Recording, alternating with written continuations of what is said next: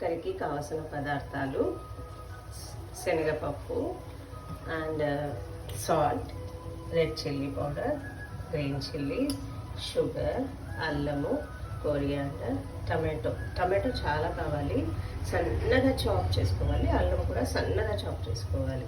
And Everest garam masala, నాకు ఇదే నచ్చుతుంది, సో అదే వాడతాను. అండ్ దాల్ని ఇలా ఉడకపెట్టుకున్నాము. సో ఇలా హాఫ్ అండ్ హాఫ్ స్మాష్ చేసుకోండి. ఓకేనా?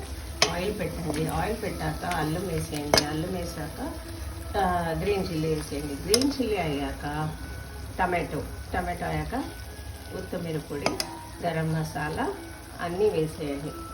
వేసేసి మళ్ళీ దాల్ ఉడకపెట్టాము కదా, సో దాల్ వేసేస్తాం. మీకు ఎంత కన్సిస్టెన్సీ కావాలా, అంటే మీకు క్వాంటిటీ ఎంత కావాలా, స్పైసీ ఎంత కావాలా, మీకు